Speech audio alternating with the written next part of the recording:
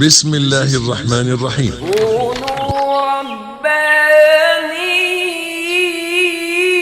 هنا المدرسة الربانية. قل هذه سبيلي. كتلة قلوب تحكمها قيم. السلام عليكم ورحمة الله وبركاته. أعوذ بالله من الشيطان الرجيم. بسم الله الرحمن الرحيم.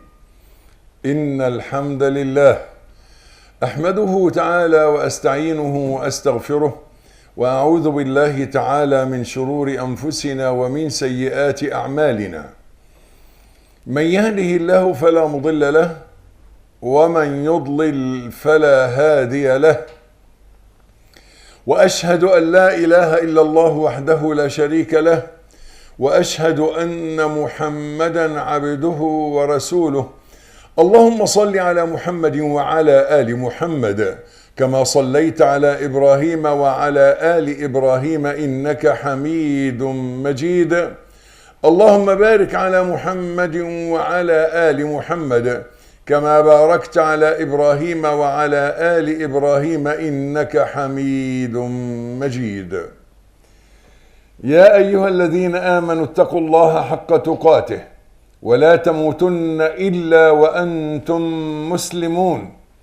يا أيها الناس اتقوا ربكم الذي خلقكم من نفس واحدة وخلق منها زوجها وبث منهما رجالا كثيرا ونساء، واتقوا الله الذي تساءلون به والأرحام إن الله كان عليكم رقيبا. يا أيها الذين آمنوا اتقوا الله وقولوا قولا سديدا يصلح لكم أعمالكم ويغفر لكم ذنوبكم، ومن يطع الله ورسوله فقد فاز فوزا عظيما. أما بعد، فإن أصدق الحديث كلام الله تعالى، وخير الهدي هدي محمد صلى الله عليه وعلى آله وصحبه وسلم. وإن شر الأمور محدثاتها، وكل محدثة بدعة، وكل بدعة ضلالة، وكل ضلالة في النار.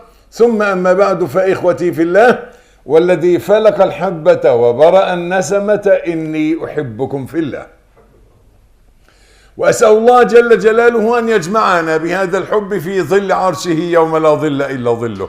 اللهم اجعل عملنا كله صالحا، واجعله لوجهك خالصا، ولا تجعل فيه لأحد غيرك شيئا. أحبتي في الله، كيف حالكم مع الله؟ وكيف حال قلوبكم مع الله؟ اللهم أصلح قلوبنا، اللهم اهد قلوبنا، اللهم أحيي قلوبنا، اللهم رطب قلوبنا، اللهم طهر قلوبنا، اللهم نور قلوبنا، اللهم أخلص قلوبنا، اللهم اغسل قلوبنا، اللهم نقي قلوبنا، اللهم اهد قلوبنا، اللهم خذ بقلوبنا ونواصينا إليك أخذ الكرام عليك. اللهم اقذف في قلوبنا رجاءك، وانزع من قلوبنا رجاء من سواك. اللهم ازرع في قلوبنا حبك، وطهر قلوبنا من التعلق بغيرك. آمين آمين. هنا المدرسة الربانية، وهذا فرع التزكية منها، وفيه شرح كتاب مدارج السالكين. سرنا في كتاب المدارج، ولا يعرف قيمة المدارج إلا من درج. سرنا في المدارج حتى وصلنا إلى منزلة التذكر، وتأتي منزلة التذكر بعد التفكر، لأن التذكر فوق التفكر، فالتفكر طلب والتذكر وجود. التفكر بتطلب أن تحصل على شيء بالتفكر، أما التذكر فقد حصلت، حصل لك بالتفكر التذكر. ولذلك كانوا يقولون لا يزال الربانيون يعودون بتفكرهم على تذكرهم، وبتذكرهم حتى على تفكرهم، ويناطقون القلوب حتى نطقت. انطق يا أخي، قل لا إله إلا الله. بس المقصود مش نطق اللسان، ده نطق القلب يتنطق. عارف اللي بينطق الكرة؟ نطق قلبك لكي ينطق القلب بالتوحيد والشهادة. قلنا ان ابنية التذكر ثلاثة: الانتفاع بالعظة، ان لما حد يوعظك زي ما وعظناك دلوقتي وقلنا لك خلي قلبك ينطق، الانتفاع بالعظة ان تنتفع بالموعظة. وقلنا ان اركان الانتفاع بالعظة ثلاثة: شدة الافتقار اليها، والعمى عن عيب الواعظ، واليقين في الوعد والوعيد. الثاني استبصار العبرة، ان يبقى عندك بصيرة. في فرق بين البصر والبصيرة. البصيرة دي عمل القلب، بصيرة القلب، والبصر ده بصر العين. استبصار العبرة ان تعتبر حين تنظر، يعني تنظر بعينك فيعتبر قلبك. استبصار العبرة. وقلنا انها بثلاثة اشياء: بحياة القلب، ومعرفة الايام، وعدم التعلق بالشهوات. ثم تأتي الثالثة: الظفر بثمرة الفكرة، انك تظفر بثمرة الفكرة، ثمرة المرتبة السابقة. المرتبة اللي قبلها التفكر، انك تظفر بثمرتها بقى. وان الظفر بثمرة الفكرة انما تجتنى ثمرة الفكرة بثلاثة اشياء: بقصر الامل، والتأمل في القرآن، وطهارة القلب. طهارة القلب من مفسدات القلب الخمسة. مفسدات القلب خمسة: فضول المخالطة، والتمني، والتعلق بغير الله، والشبع والمنام. فكلمنا بقى عن اول حاجة: التخلص من فضول المخالطة. وركزنا في الحلقة اللي فاتت على نقطة مهمة جدا، اللي هي ماذا يفسد القلب، وكيفية التخلص من مفسدات القلوب. القلب يفسد، ولما القلب يفسد لا يستطيع أن يقوم بما خلق له. زي أي عضو، لما الإيد تفسد يعني تشل، ما تقدرش تعمل حاجة. أو العين تفسد تعمى، ما بتشوفش، وهكذا. فكذلك القلب لما يفسد ما يقدرش يوصل لربنا، لأن الوصول إلى الله بالقلوب، السير إلى الله بالقلوب لا بالأقدام. أنت بتمشي لربنا بقلبك وتوصل لربنا بقلبك. الله عز وجل يريد منك قلبك. إن الله لا ينظر إلى صوركم ولا إلى أجسامكم، وإنما ينظر إلى قلوبكم وإلى أعمالكم. بقلبك وعملك تصل إلى الله سبحانه وتعالى. خلصنا مسألة الخلطة، وقلنا إن أشر شيء على القلب كثرة الاختلاط بالخلق. وقلنا أن أنفاس بني آدم تسود القلب، فلا بد من خلوة. قلنا الضابط، قلنا الضابط في أمر العزلة أن تخالط الناس في الخير، وأن تعتزلهم في الشر وفضول المباحات.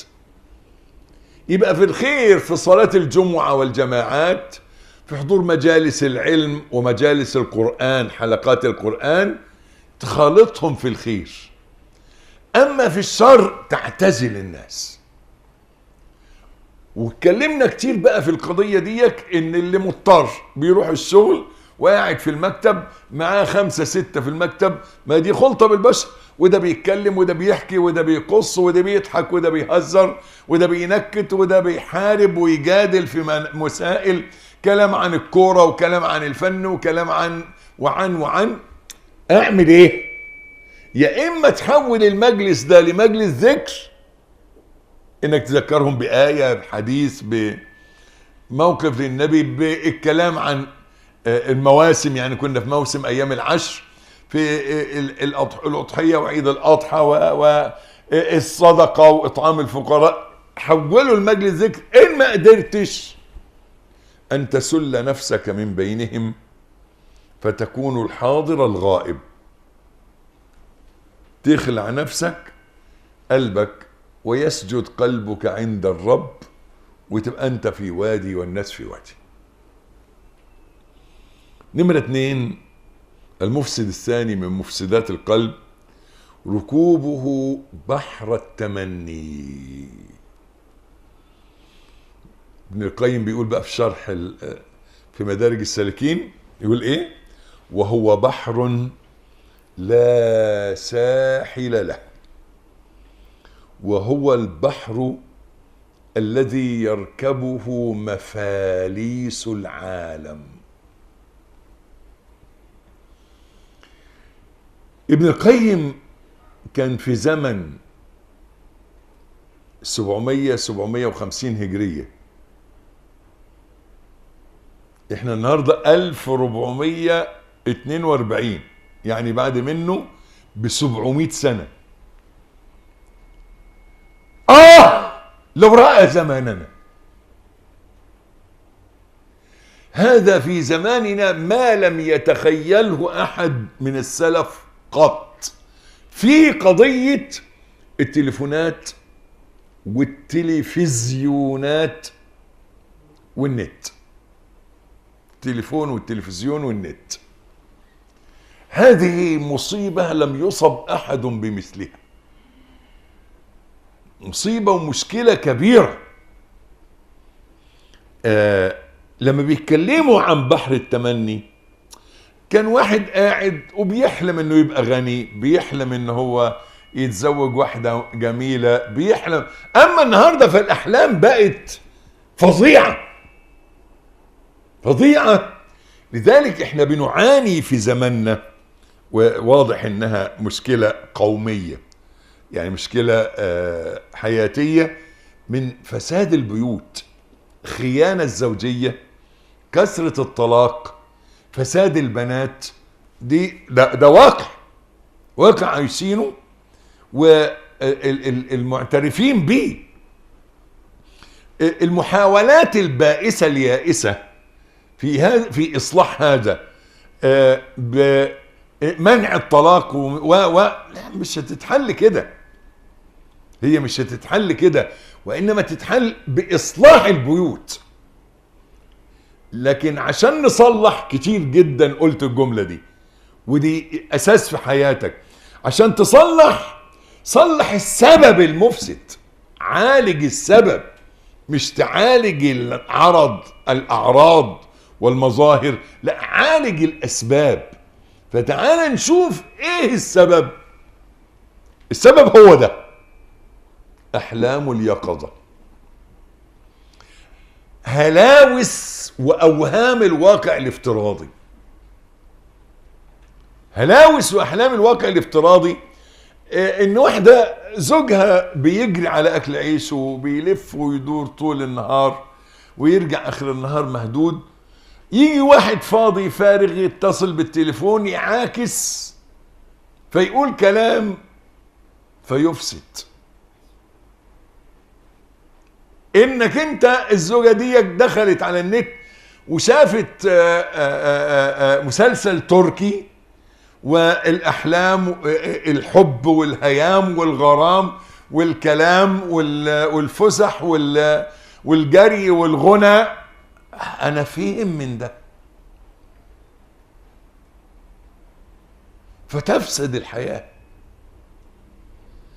القضية عشان اصلاح البيوت، معلش، دي قضيتي زي ما هي قضية كل مسؤول يريد لهذه الدولة، لهذه الأمة، يريد لبلدنا الحبيب أن تنصلح. قضية مهمة وخطيرة جدا. فلذلك نقول إن أول سبب لإصلاح هذا ان يكون لكل بيت مشروع قومي اصلاحي، ان يبقى انت وزوجتك وولادك عندكم مشروع بتعملوا عليه. ما هو انت لما سبب الفساد ده وسبب ركوب بحر التمني الذي لا ساحل له الفراغ.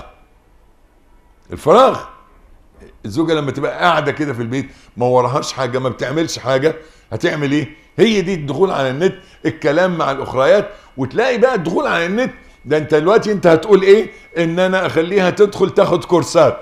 ما هتاخد كورس زي ما بيقولوا ايه في التربية التنمية البشرية، هيقول لها بقى انت ليكي شخصيتك، وانت ليكي مكانتك، وانت ليكي كلمتك، وانت ليكي رأيك، وانت لازم تكوني، وانت حقوقك، وانت هيفسدها عليك. القضية مش كده، قضية ان ابقى انا وزوجتي واولادي مشروع حضاري، ان يبقى عندنا مشروع شغالين عليه، حفظ القرآن، رعاية فقراء، اكرام الجيران وتأليف قلوبهم، في مشروع معين قايمين بيه مشغولين بيه. الزوجة دي يبقى ليها دور في الحياة، مش دولاب في البيت. المشروع الأعظم تربية الأولاد، إن الأولاد دول لما يبقى ربنا رزقك أولاد وبنات، هؤلاء الأولاد ثروة قومية. ازاي الاولاد دول اقدر اصنعهم صناعة ان يطلع الولد رجل صالح قوي البنية، ان تبقى الام عارفة هتوكل ولادها ايه وامتى وازاي. بقى الطعام في زماننا ده مشكلة. ايه الطعام اللي هيفسد صحة الاولاد دول ويضعفهم او يدخنهم على الفاضي، او ايه السموم من الاطعمة اللي مصنوعة أو اللي مليانة كيماويات ومليانة الى اخره. تبقى الام ادي مشروعها انها تفهم هتوكل الاولاد دول ايه وامتى. والزوج ده اللي مستني برضه ان هو صحته تتحسن، ان الام يبقى تفكيرها ان الاولاد دولك فكرهم بيتشكل ازاي. قلت كتير ان الفكر الغربي في تربية الاولاد يبحر لغير مرفأ. هم عايزين الانسان يبقى كسيب، يبقى راجل ناجح. النجاح بمقاييسهم غير مقاييسنا كمسلمين وكعرب. عرب لنا اصول، ومسلمين لنا عقائد وشرائع. الموضوع مختلف. فعشان كده كتب التربية الغربية ما بتنفعش معانا. في اصول التربية الشرعية الاسلامية، اصول التربية العربية. ازاي يبقى الولد ده كريم عفيف اللسان والعين والأذن، ازاي الولد ده يبقى شجاع وجريء وبطل وفي نفس الوقت مؤدب ومحترم. هي دي تبقى يوضع قواعد تربية. الأم لو درست قواعد التربية دي وانشغلت تربي الأولاد دول ازاي، هياخد كل وقتها. صليت على الرسول صلى الله عليه وآله وصحبه وسلم. يبقى القضية في المرأة أو في البيت عموما، عندنا قاعدة كده في التربية اسمها إيه؟ المعسكر الذي تكثر فيه البطالة تكثر فيه المشاكل. يعني البيت اللي هو فيه بطالة، ناس فاضية. كلمة البطالة دي فكرتني بمشروع مجموعة دروس أو حلقات كنت زمان فكرت وبدأت التنفيذ فيها، اسمه الحالة جيم. قلت ان معناها ان الحالة مشدودة في البيت، في حالة شد في البيت، في بيتنا مطلقة، في بيتنا أرملة، في بيتنا مدمن في بيتنا، مدخن في بيتنا، مريض زهايمر في بيتنا، الى اخره. وبدأت بحلقة فعلا في بيتنا مريض نفسي، ورحت بقى مركز علاج نفسي وصورت مع، وبعدين اكتشفت ان انا ممكن اعمل مشكلة. احيانا الامراض دي بتنتقل بالايحاء، بمعنى ان يقعد شيخ يتكلم عن اعراض المس الجن، ان الممسوس في الجن بيشوف احلام كده، يقول والله انا بشوف الاحلام ديك، الممسوس ده بيجي له افكار وخيالات، ايوه انا بشوف على الحيطه صور، وهو ما بيشوفش ولا حاجه، بس بالايحاء بتبدا تمرضه. فبطلت، ما عملتش البرنامج ده. ليه؟ لان هنعالج امراض ونزرع اوهام، فخلينا في الامان. الشاهد ايه؟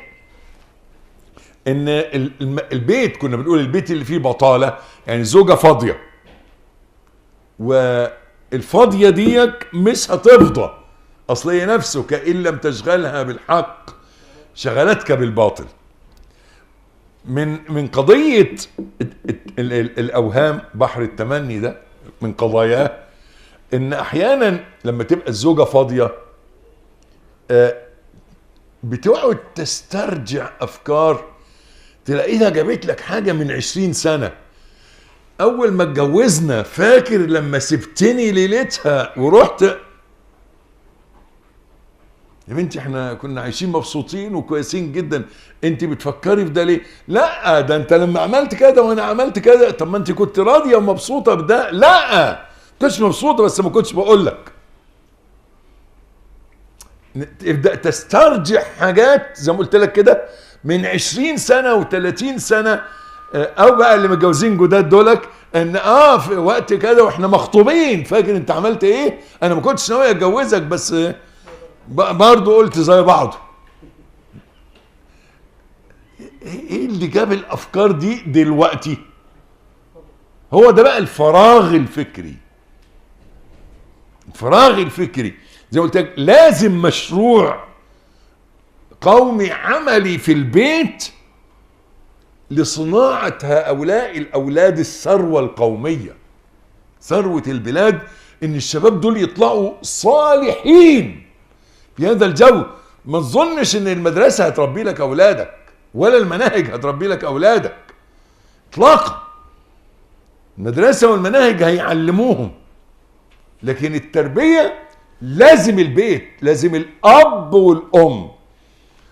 واحدة دلوقتي ضحكت قالت ايوه اخيرا افتكرت الاب. لا انا بقول على طول ان الام ما تقدرش لوحدها وما تنفعش لوحدها، لازم الاب. طب لما الاب دلوقتي مش فاضي، لا يفضى ويفضي وقت، بس انت وقتك اطول واحنا محتاجينك. صانعة الابطال، صانعة الرجال، انك انت تربي، وان انت تبقي المديرة لهذا البيت، انك تقولي للاب اعمل كذا، قول للاولاد كذا، هات لنا كذا. وكلمة هات دي بتوجع، مفيش، اجيب منين؟ انت بقى المدبرة بتاعت البيت. كل حاجة فوق راس انا يعني؟ لا مش فوق راسك، ده انت اللي فوق راس الكل. انت المديرة وانت الاستاذة وانت صاحبة البيت. وبنقول الكلام ده ليه؟ عشان ما نضيعش في خيالات واوهام، اوهام غير حقيقية. يعني الافلام والقصص والمسلسلات والاغاني ده كلام مش يعني اكتر ناس معذبين في العالم اللي بيعملوه. يعني الناس اللي بيمثلوا دول الحاجات دي اوعى تفكر انها عايشينها، ده في الفيلم بس. فلذلك لما نيجي بقى للواقع، الزوجة زي ما بقول الحب في الناس الفارغين شوية اللي انت بتشوفيه في الافلام والمسلسلات والحاجات دي، حب بعد الزواج في البيت والعشرة بيبقى حاجة تانية. إن الزوج والزوجة قاعدين مع بعض في الطعام، بيديها لقمة حاجة عجبته يوكلها لها. ان هو يعني يجي لو نامت يعني في لمسات بسيطة بتقول هو ده الحب. مش قضية بقى الغنى والجري والفسح والرسائل والتنطيط، مش ده الموضوع كله. الموضوع بيبقى الحب بيبقى في لمسات تانية مختلفة في الحياة. الشاهد مش عايز اتوسع كتير، بس ارجع بعد ما اتكلمنا عن الزوجة والبيت والحفاظ على هذا البيت هو حفاظ على الأمة. حفاظ على البيت، ان المرأة ما تنشغلش بالنت ولا تدخل في الأوهام ولا تفكر في الفكر الغربي في التربية اللي هم بيقولوا عليه. انا ما بقولش التنمية البشرية غلط كلها، لا، ده انا بقول لما ناخد فكرة غربية لبيوت شرقية موضوع مختلف. احنا عندنا زي ما قلت حاجتين: اصول عربية، ان احنا عرب عندنا اصول ومبادئ، وان احنا مسلمين. قبل عرب دي ان احنا مسلمين عندنا عقائد وشرائع، حلال وحرام ويجوز ولا يجوز. زي ما بقول كده لما تيجي الزوجة مرة تقول انا حقوقي كذا، انا امرأة لي حقوق، ولا لا، انت زوجة ليكي حقوق، مش كإنسانة كامرأة، لا كزوجة. في فرق كبير جدا. الزوجة حقوقها ايه ومطالبها ايه كزوجة، والزوج نفس الشيء، مش كرجل مطلق، كزوج. والابن كابن. كتير جدا لما يقولوا احنا في عصر الحوار نتكلم مع بعض، نتكلم، بس مش تعملي راسك براسي، وانما زوجة وزوج، وللرجال عليهن درجة. منين نتكلم مع ابني كابن واب، الاب ده مقامه فين، والابن لما يكلمه يبقى ايه، يتكلم ازاي مع اب. حوار بين اخ واخت غير الحوار مع اب وام. فالمبادئ دي والاصول دي والثوابت دي ما بتتغيرش، لانها اذا تغيرت او ضاعت تفسد الدنيا. البيت واصلاح البيت ده حاجة اساس. نرجع تاني بقى للشباب ومسألة ركوب بحر التمني، اللي قاعد بقى في هلاوس الواقع الافتراضي، وبقت الاوهام دي ان ادخل بيع على النت ووزع على النت واكسب وانت قاعد في البيت. اوهام.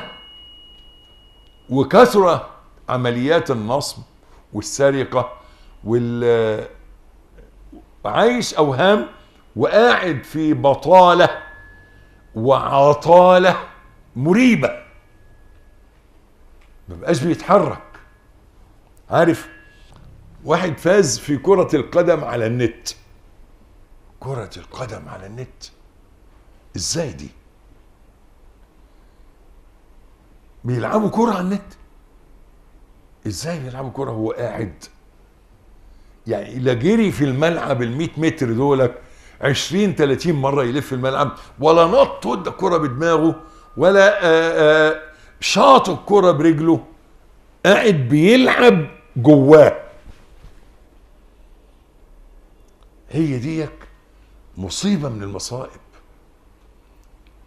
اللي هي التربية بقى والتعويد على القعدة. قاعد قدام الشاشة كده،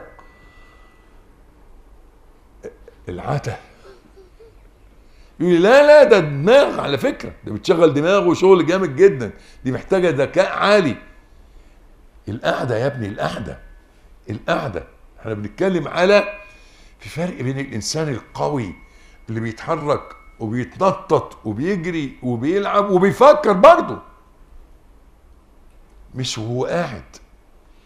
هي دي خلقت الاوهام دي، انه قاعد بقى وبيحلم انه مستني صفقة تضرب معاه ويبقى فوق جاب ملايين الدولارات ويقعد بقى بعدها يقعد يعمل ايه بقى؟ الشهوات بقى. هيجيب فيلا ويجيب عربيه ويجيب نسوان وهيجيب ويعمل حفلات ويسافر في رحلات ما هو اللي بيجي سهل بيروح سهل. عايزين تغيير الفكر ده، تغيير الفهم ده، بناء دولة وبناء بلد وإصلاح بلد وتقدم بلد ما بيجيش بالقعدة، يجي بالجهد والعرق والحركة والتنفيذ، ويعيش حياة الواقع. أن يعيش الإنسان واقعه، وأن يتحرك في واقعه، وأن يشعر بمن حوله، وأن يشعر من حوله به. تفاعل، يبقى مؤثر في الوجود وفي الواقع. لكن الأوهام اللي بيعيشها ديك بتعذبه. لما قلت لكم بقى الزوجة اللي بتفتكر حاجات من 20-30 سنة، هو بيفتكر حاجات بقى في المواقف من 5 دقايق. حصل موقف واقف مع واحد عمل كده، بعد ما يمشي يقول الله انا ليه ما قلتلوش كذا؟ لما قال لي كذا كنت المفروض اقول له كذا، وبعدين لو عمل كذا اعمل له كذا وسوى كذا، ويقيم معارك جواه ملهاش لازمه. خلاص هو موقف وانت قلت اللي قلته وحصل وانتهينا، مفيش تفكير بقى. عارفين الانسان اللي مريض بالارتجاع، اللهم اشف كل مريض مسلم وعافي كل مبتلى مسلم. ارتجاع المريء، ان هو بيحصل ارتجاع للطعام، بتحصل له حموضه. الحموم ده اهو ده انسان كده بيحصل عنده ارتجاع، بيسترجع المواقف وتحصل له الحموضه، قلبه بيولع. ان انا ازاي في الموقف ده لما قال لي كده ما قلتلوش كده، واما رد عليه كده رديت عليه بكده، واما عمل كده كنت اعمل كده. طب اعمل هو كل ده بيغلي جواه وخلاص. كل ديك امراض بتعذب صاحبها، بتعذبه عذاب، ان يعيش في عذاب، انه اوهام بعيدا عن الواقع. تعالوا نقرا ابن القيم قال ايه، وبعدين نقول العلاج ايه. ابن القيم قال المفسد الثاني، ابن القيم رحمه الله، المفسد الثاني من مفسدات القلب ركوبه بحر التمني. بحر التمني، بيتمنى، قاعد كده او راقد كده وقاعد يحلم ان هو هيشتغل ويبيع بيعة ويكسب فيها. قلت لكم القصة دي قبل كده، ان واحد جاء قال لي انا هروح الشركات بتاعت الموكيت، في حتة كده في اخر الموكيت بتبقى خيش، بس هشتري الخيش ده ومنهم، وده ثمنه هيبقى بسيط جدا، واعمل الخيش ده شنطة سوق. الشنطة اللي بيروحوا بيها السوق يجيبوا فيها الخضار ويجيبوا فيها شنطة سوق.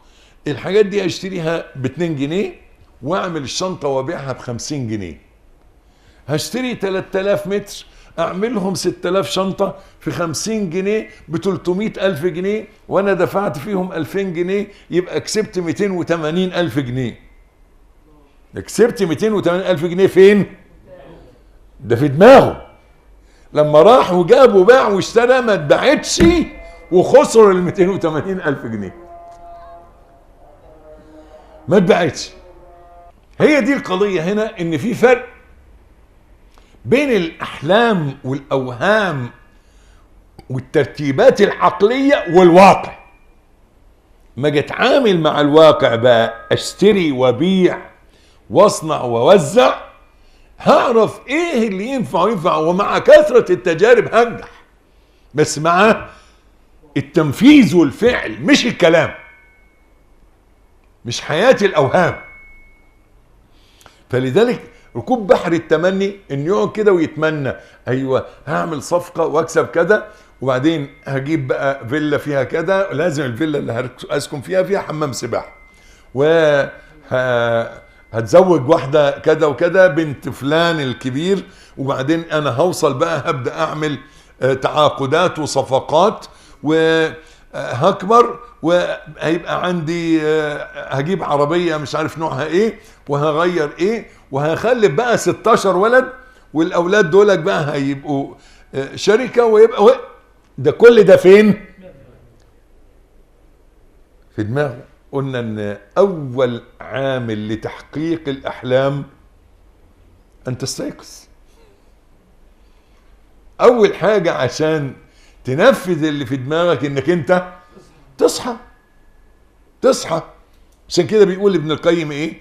ركوبه بحر التمني، وهو بحر لا ساحل له. اللي يركب بحر التمني بيتمنى، ما هي التمني ببلاش مش بفلوس هو، فعشان كده مالوش اتمنى، احلم. هو بحر لا ساحل له، وهو البحر الذي يركبه مفاليس العالم. مفاليس العالم ان احنا بنقول ان دول مفلسين من العمل، ما معهمش حاجة يعملوا بيها، فبيحلم. كما قيل ان المنى رأس اموال المفاليس، وبضاعة ركابه مواعيد الشيطان. مواعيد هنا بمعنى وعود الشيطان. ربنا سبحانه وتعالى مكن الشيطان من دي، قال واستفزز من استطعت منهم بصوتك واجلب عليهم بخيلك ورجلك وشاركهم في الاموال والاولاد وعدهم وما يعدهم الشيطان الا غرورا. عدهم، هي دي وعود الشيطان. وعود الشيطان يقول لك يا عم ولا يهمك، رحمة ربنا واسعة وربنا غفور رحيم، هيغفر لك، وانت تتمادى في الذنوب والمعاصي هيغفر لي، وتتمادى فيمقتك الرب، وتتمادى فيلعنك الرب، وما فيش بقى مغفرة، خلاص طرد من رحمة الله. قل من كان في الضلالة فليمدد له الرحمن مدا. دي المصيبة الكبيرة، ان اللي في الضلال بقى وعايش في الضلال ربنا بيمد له، خد روح، وكل ما ياخد ويروح بيه بيبعد عن ربنا، بيبعد عن رحمة ربنا، بيبعد عن مغفرة ربنا الواسعة الكبيرة، بس هو بيبعد. دي وعود الشيطان. بضاعة ركابه وعود الشياطين وخيالات المحال والبهتان. فلا تزال أمواج الأماني الكاذبة والخيالات الباطلة تتلاعب براكبه كما تتلاعب الكلاب بالجيف. هو قاعد يحلم وتتلاعب بيه الأحلام دي، هجيب واعمل واسوي. ذرهم يأكلوا ويتمتعوا ويلههم الأمل.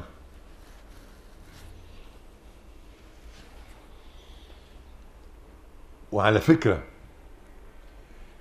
بعض الناس بتبقى الأماني والأوهام الباطلة دي عندهم متعة، بيستمتع.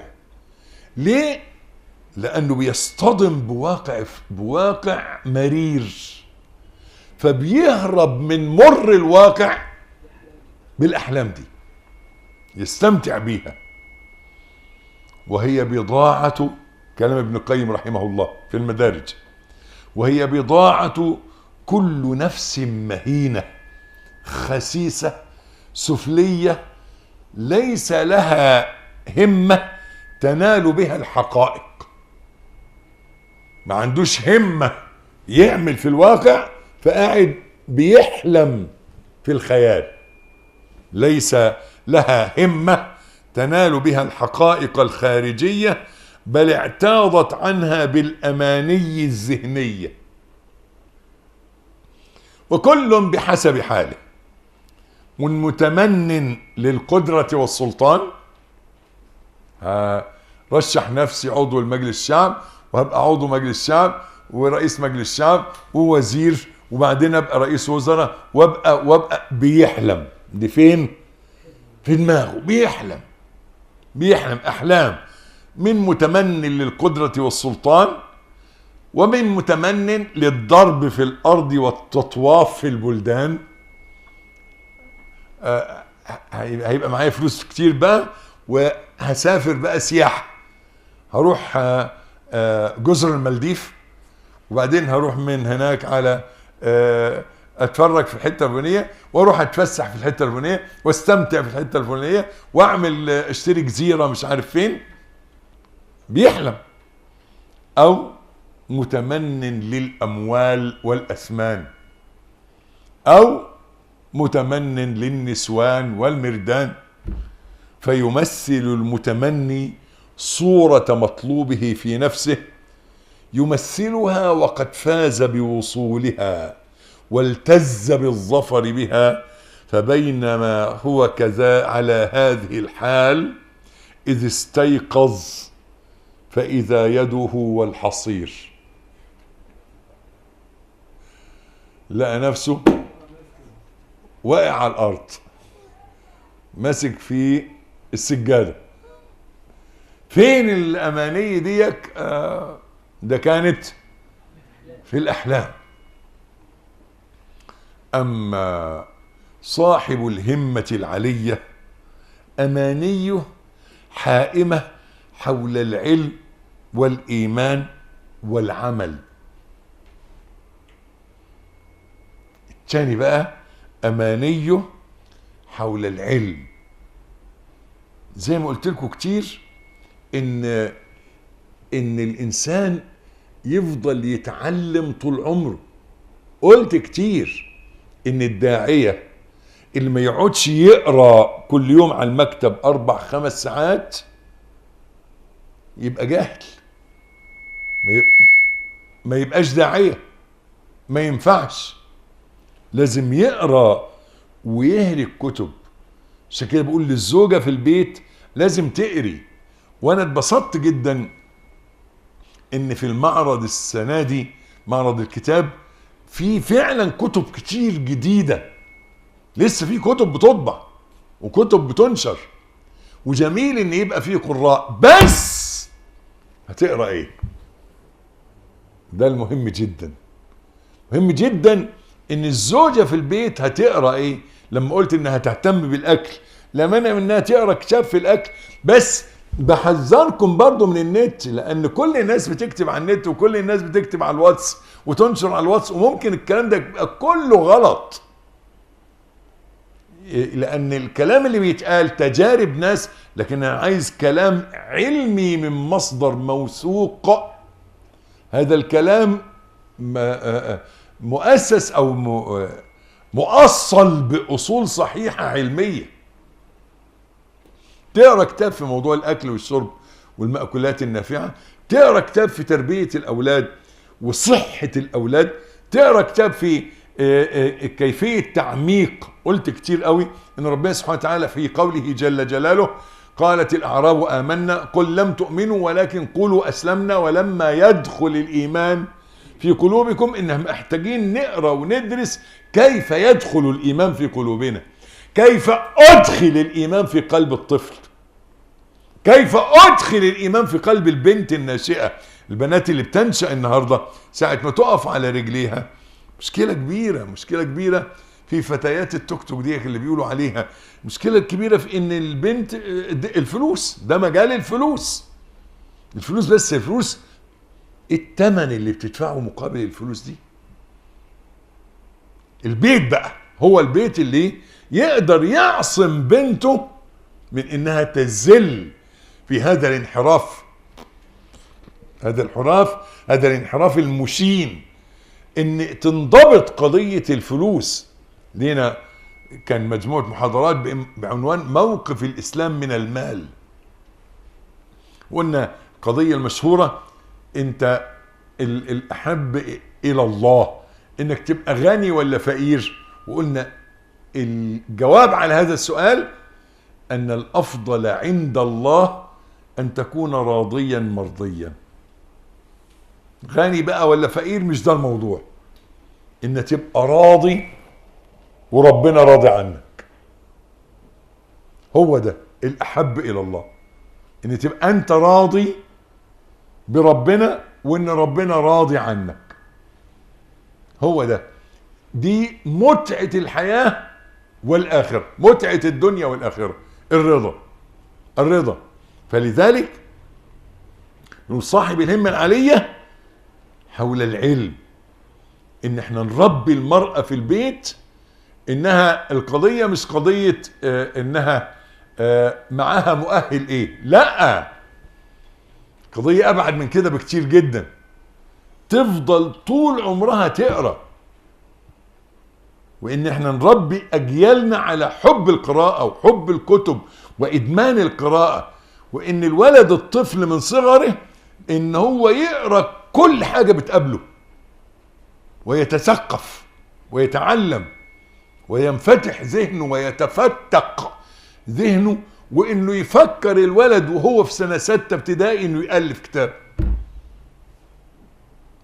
النهارده الاولاد نتيجة انشغالهم بالتليفون وهموم التليفون وروشة التليفون ما بقاش بيعرف يكتب.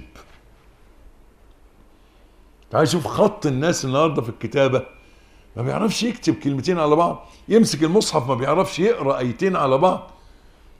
محتاجين ان احنا نتخلص من هذا الجهل المتفشي بالعلم. العلم ان ما يكتفيش بدراسته، هو بيدرس فيزياء ولا بيدرس هندسة ولا بيدرس اي علم من العلوم، ان يوصل لمجالات اعلى من مجرد الكتاب المدرسي. الكتاب المدرسي ده مش هو اللي هيصنع عالم ولا عبقري. ان يبقى في توسع ذهني، وان انا اشجع اولادي على كده واوفر لهم الامكانيات اللي تصنعهم كده، يبقوا رجاله اصحاب علم. والعلم الشرعي الاول هو الضابط. وانا قلت اللي عايز يعصم اولاده من الفتن الاصل حاجتين 2، القرآن والصلاة.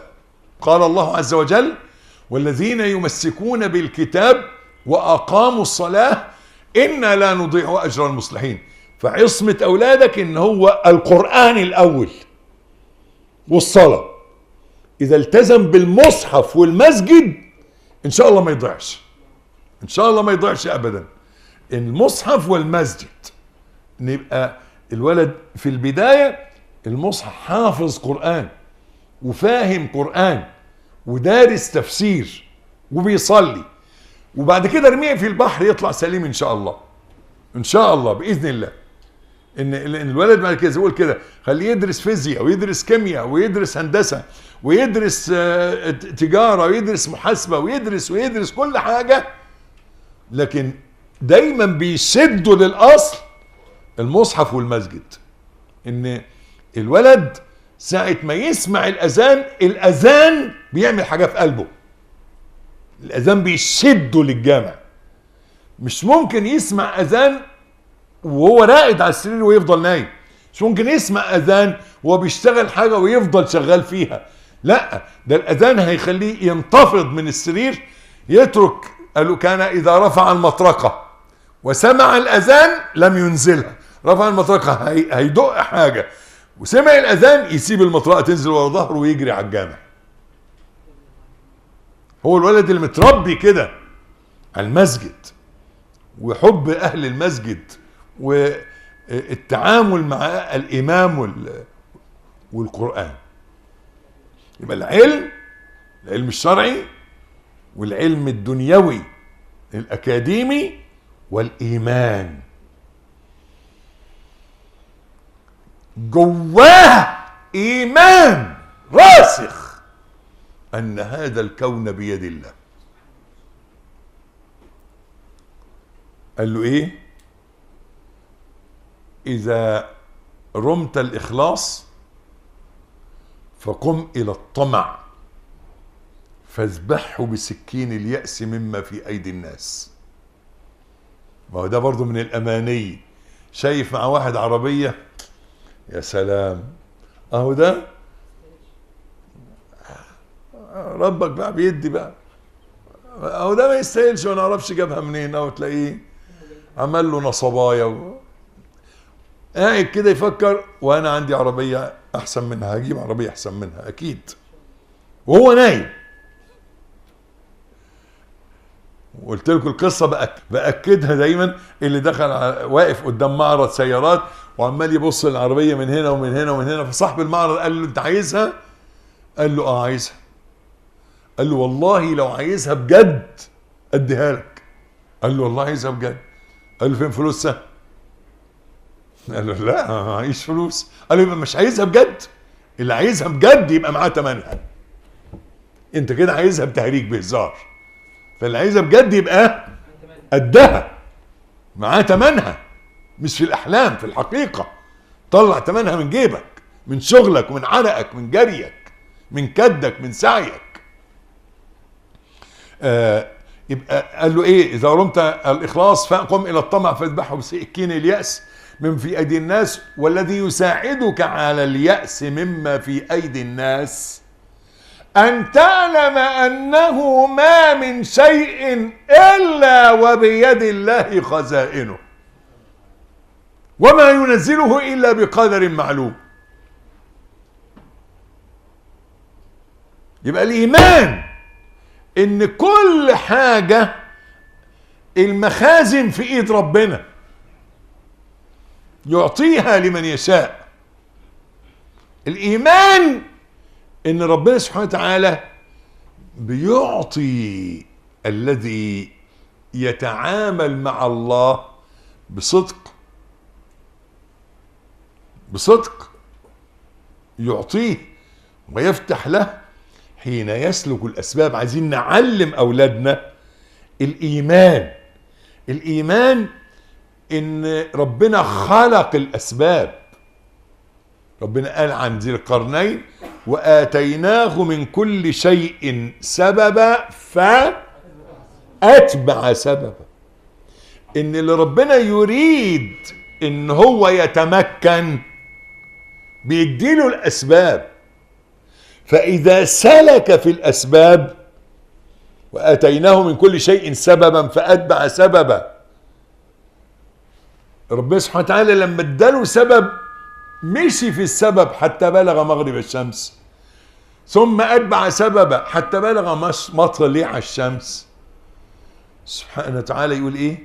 وقد أحطنا بما لديه خبرا. فاهم الآية دي يعني إيه؟ وقد أحطنا بما لديه خبرا. فاهم يعني إيه؟ يعني إحنا عرفنا قدراته ومواهبه وطاقاته، ففتحنا له على قد طاقاته وقدراته. وقد أحطنا بما لديه خبرا ثم أتبع سببا حتى إذا بلغ بين السدين فبنى السد.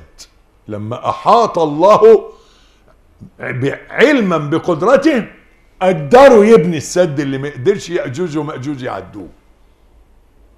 فلذلك لما ربنا يشوف منك قدراتك ومواهبك وطاقاتك اللي اداها لك بتستغلها صح وتمشي فيها صح وتحقق بيها مراد الله منك، يديك تاني ويفتح لك ابواب جديدة ويمكنك ويمكن لك. افهم ان ربك عليم خبير، حكيم عليم خبير جل جلاله. فلذلك تربية الاولاد على العلم والايمان والعمل. يا جماعة معلش انا اسف، مضطر اقول ان اللي بيشتغل غير اللي ما بيشتغلش. معلش زي ما قلت، يا مضطر اقول ان انا من صغري من رابعة ابتدائي كنت بشتغل وبكسب القرش.